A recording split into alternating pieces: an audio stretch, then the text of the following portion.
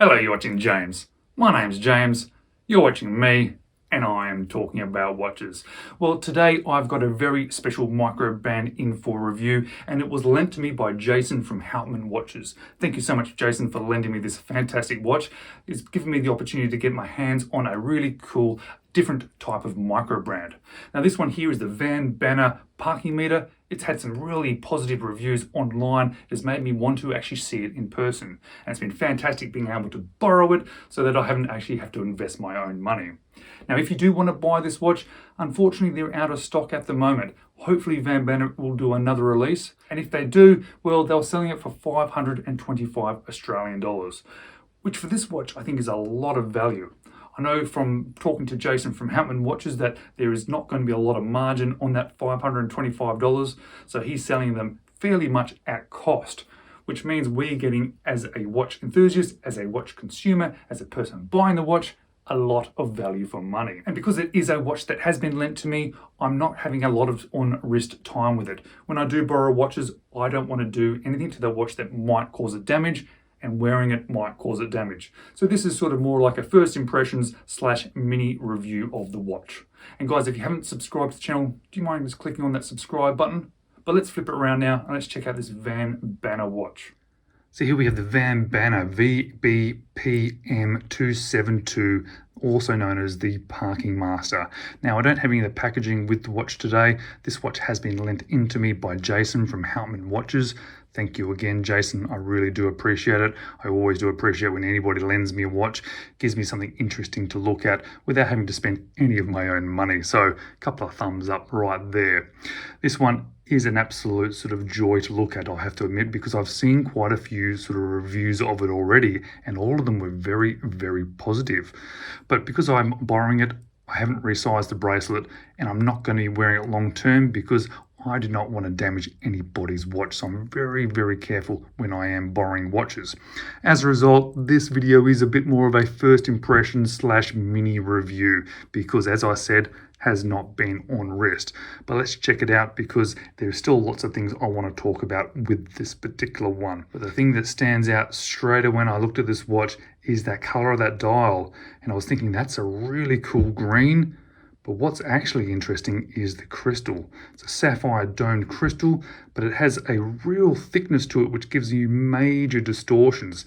You obviously at the sort of edges there, when you look at it at an angle, there is a big distortion. But even when you're looking at it dead on, there's almost a bit of a distortion to it, which is very, very cool. It makes you think like you're looking through a really thick piece of glass. Applied indices.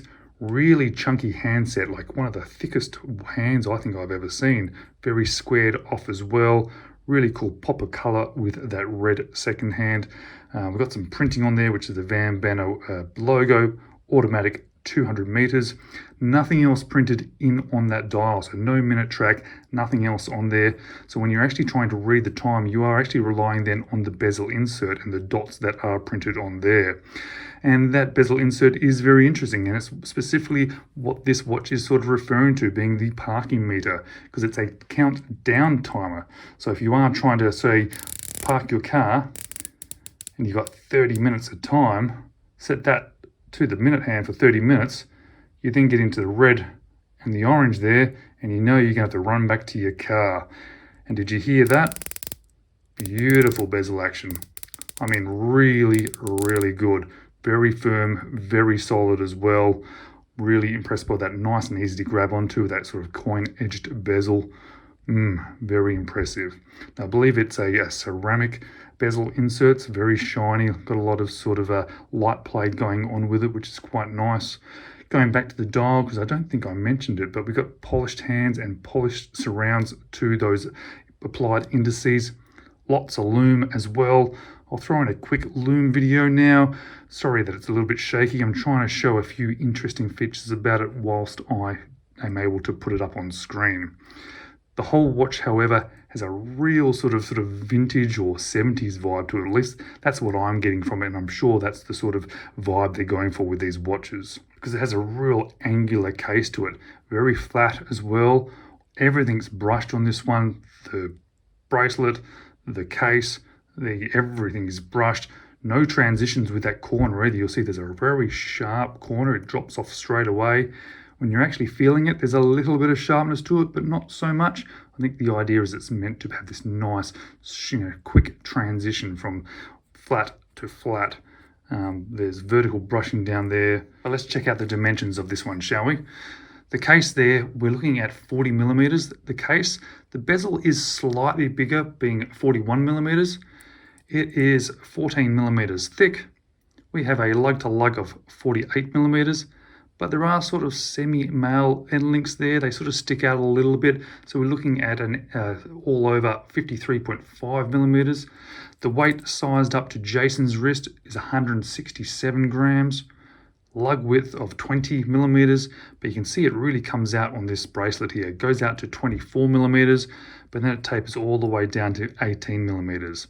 And let's check out this bracelet because it's super cool and super angular. I've never seen anything like it really. What it sort of reminds me a bit is that sort of Tissot PRX, that sort of styles, which is a very 70s inspired watch as well. There are screw links. The links are actually quite small, so there is a lot of movement, which is very cool. Quite like that. It's very, very interesting. It gives you a really interesting light play, especially when you do that. I have to say, probably one of my favorite things about this watch so far is just playing with the bracelet. It's quite funky. A fairly traditional style clasp, lots and lots of micro adjust. We have a safety latch, double pushes, fully milled inside. Lets us look at that case back, which is very cool. It's like a printed onto that see-through case back. It's got the specifications of the movement, which is the Miyota 9039 high beat, which has hacking and hand winding, which is a nice thing. These 9 series Miyota movements, I'm really quite enjoying them. I'm starting to get a little bit more hands-on experience with them. Threaded crown giving that water resistance. Obviously hand winding, very, very smooth, and no ghost position as well, which is a really nice touch. I do like it when a watch does not have a ghost position when obviously there is no date. We jump back onto the back of that, we'll see we got quick release spring bars on the bracelet there, which is kind of cool. This would look very cool on a sort of vintage sort of vibe leather strap as well, I think. Yeah, like a dark brown or even a tan brown, I think would look awesome on this. Now, as I mentioned, the sapphire crystal on the front of this is really thick, lots of distortion. It's 2 millimeters thick, but on the back we've also got sapphire, I think, which is very cool. So we've got like a sapphire sandwich going on, a very nice touch. Really gives you something a little bit extra. You tend to get a lot extra with these micro brands, all those little extra features that you would want on a watch. Well, the people that are designing these watches, they want that as well, hence why they have them. Now, Jason's wrist is a lot bigger than mine, so I'm just going to hold it like this one. And it does sit fairly large on my wrist, having that sort of very flat style case. It has a very sort of a vintage vibe. It sort of does remind me so much of some of these older watches from the 70s. Sits very flat on my wrist. I have to admit, I probably don't like how the end links then conform to my wrist because I have a 6 3/4 inch wrist. And this watch just might be a little bit big or a little bit flat, and the way that end link sort of sits doesn't really suit me perfectly. If I own this watch, I think I'd be putting on a nice leather strap, and I think that would really sort of fit my wrist a little bit better. But there is really a lot to like about this watch. So what do I like about it? What don't I like about it? And what would I change? The thing that I like most about it is this unique look. It's very, very cool, very, very interesting, unique, thick crystal. Haven't really seen that on anything else before, and I have to admit I do quite like a bit of distortion, so it really gives you that distortion. It's also a very legible watch, isn't it?